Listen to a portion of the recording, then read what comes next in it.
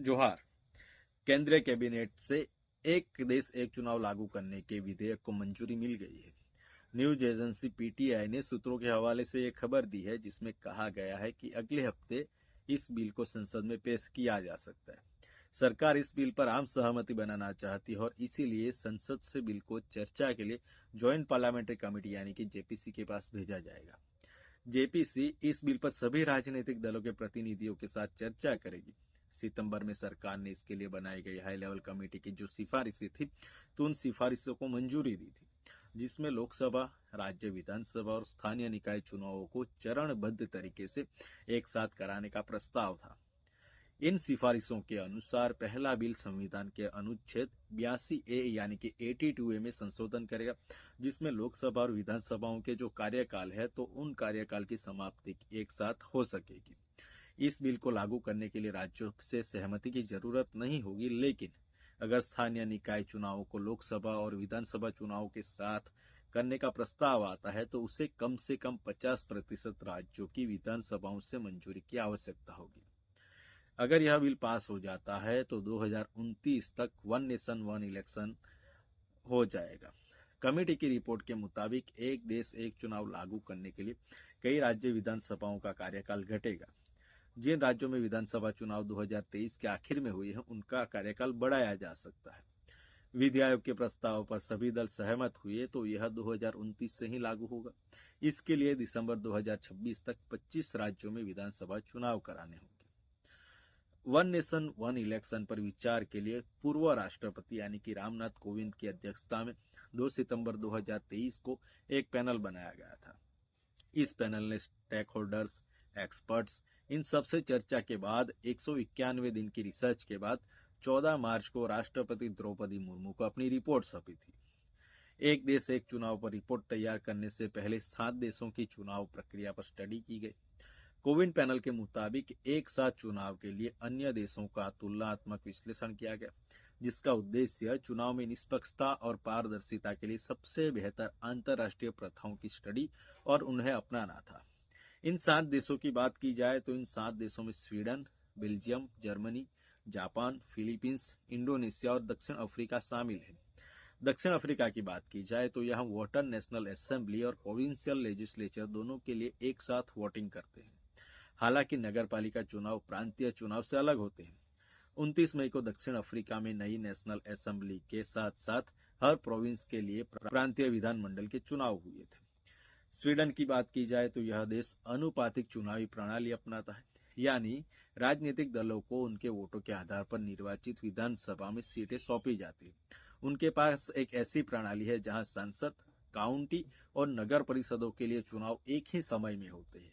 यह चुनाव हर 4 साल में सितंबर के दूसरे रविवार को होते हैं, जबकि हर 5 साल में एक बार सितंबर के दूसरे रविवार को नगर पालिका विधानसभाओं के चुनाव होते हैं।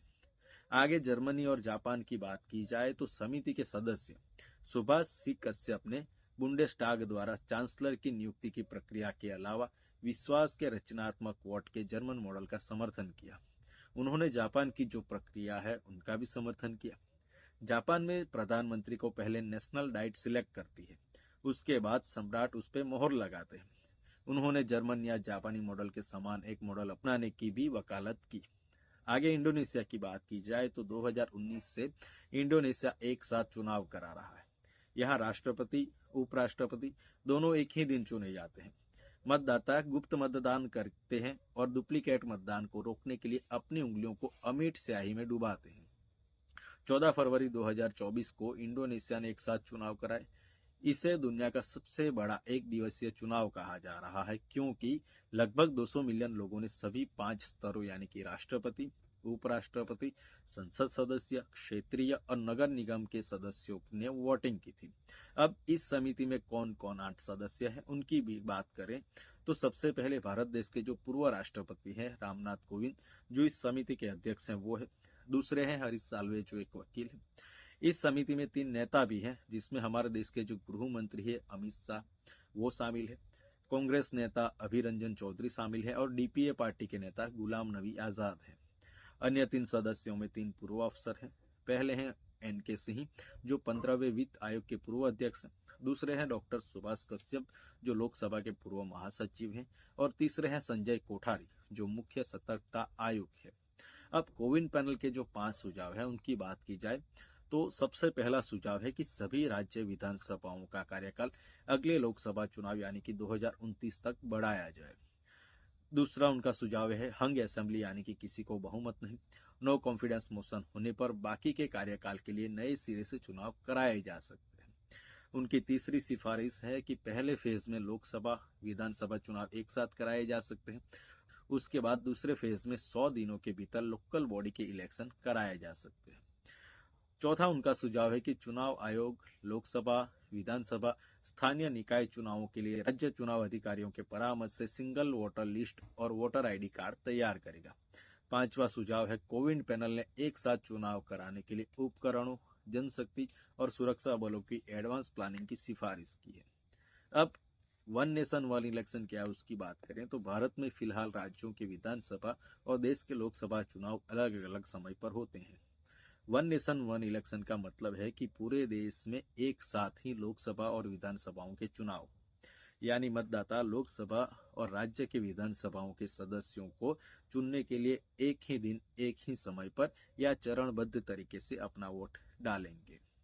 आजादी के बाद 1952, 1957, 1962 और 1967 में लोकसभा और विधानसभा के चुनाव एक साथ ही हुए थे, लेकिन 1968 और 1969 में कई विधानसभाएं समय से पहले ही भंग कर दी गई।